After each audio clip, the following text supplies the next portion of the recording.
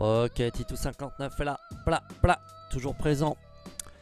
On est parti sur la carte sans nom cette fois-ci, avec pas mal de choses à mon avis à dire en termes de symbolique, puisque bon, c'est une sorte de squelette avec une faux, donc c'est évidemment ce qui rappelle le plus la mort.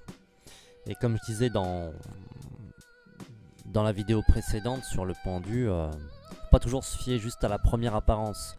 C'est important de voir ce que la carte reflète pour vous esthétiquement, on va dire, entre guillemets.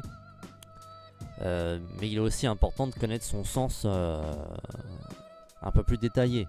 Parce que dire bah la une faux c'est la mort, ça veut dire que je vais mourir. Bon, on va pas loin quand même dans la réflexion là. Hein. Non, donc c'est vrai que c'est apparenté à la mort, mais parce que c'est un renouveau en fait. C'est un renouveau. C'est une transformation profonde qui va se faire en vous, une révolution. Donc voilà, elle a plusieurs sens, mais en tout cas, c'est pas parce que vous tombez là-dessus que vous allez tomber malade, mourir, voilà, ou autre joyeuseté. Hein. C'est un renouvellement en général, c'est vraiment enterrer en fait.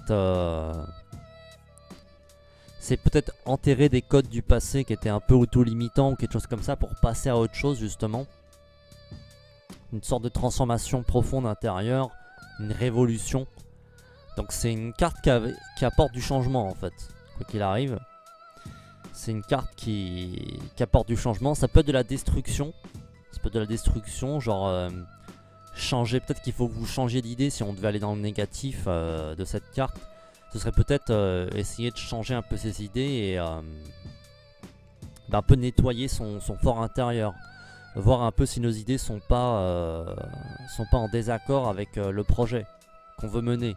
Peut-être que les idées qu'on essaie de mener sont pas... C'est la puissance, mais sans savoir quoi en faire en fait.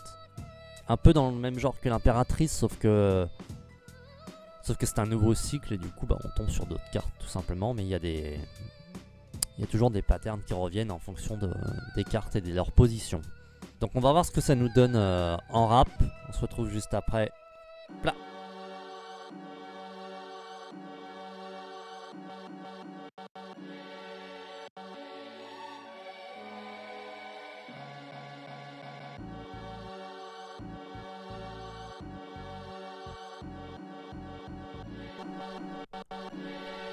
À ce qui paraît, on est sur la carte numéro 13.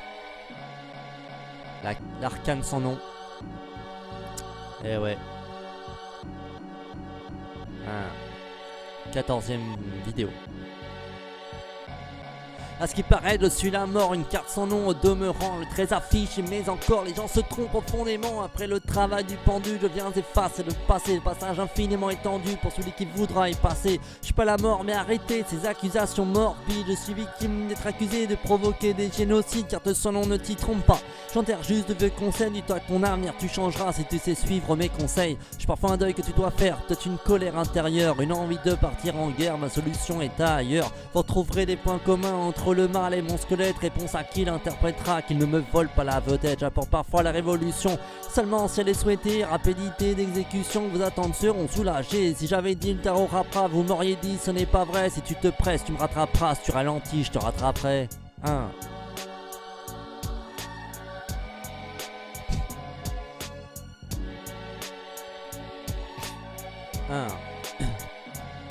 Notre rencontre est inévitable, alors faites face à moi tout de suite. Ne vous croyez pas charitable si vous ne me donnez pas suite. Des enfants, n'imagine pas, sinon ils ne seraient plus enfants. Quand ils grandissent, je suis là, début du cycle renouvellement. Si l'on presse ma venue, je n'ai rien à apporter devant moi. Mais toi à nu, efface-toi et disparaît. La plupart des gens ne me connaissent que par la guerre. Les problèmes intransigeants, les maladies et les colères. Mais à moi en pleine conscience, à leur sagesse j'apporterai. Il faudra t'armer de patience pour pouvoir surmonter tes regrets. Si j'étais la mort incarnée, je serais probablement le 22, mais au 13 je suis condamné, chiffre mystique pour les moins frileux.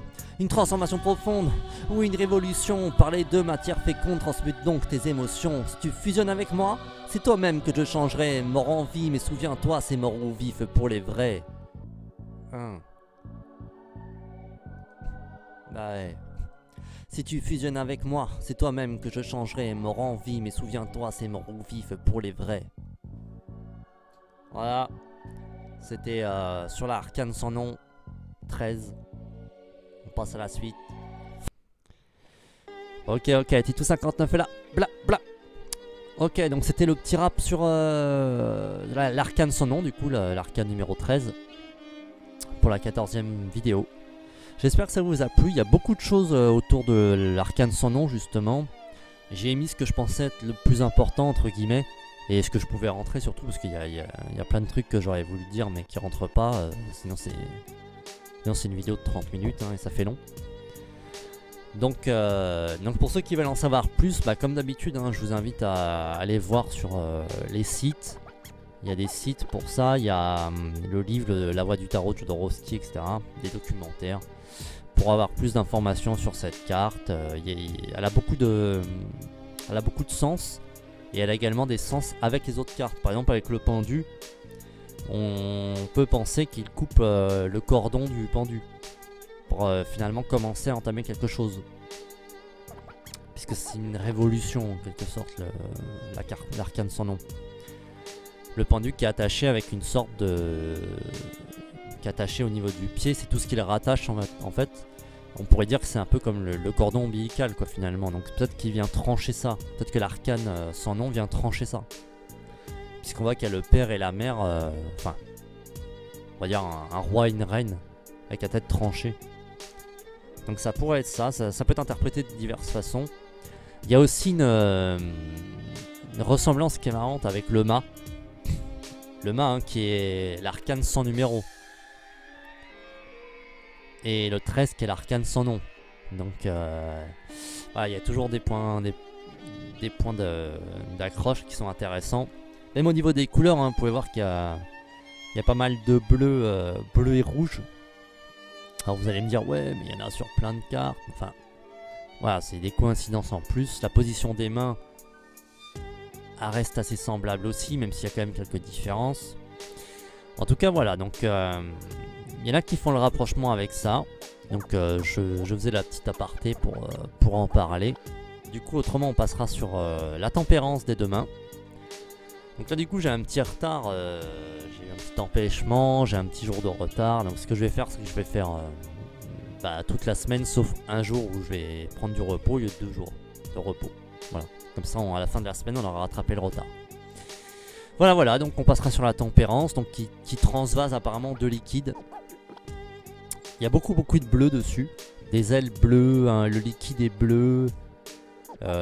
Derrière en fond c'est bleu, l'espèce d'herbe, on ne sait pas ce que c'est. Une vague, on ne sait pas, on verra. Voilà, dans tous les cas, on en reparle dès demain de la tempérance. Et j'ai hâte de faire un petit truc dessus, parce que c'est aussi une carte sur laquelle je tombais beaucoup avant. Voilà, sur ce, portez-vous bien et on se dit à demain. Ciao.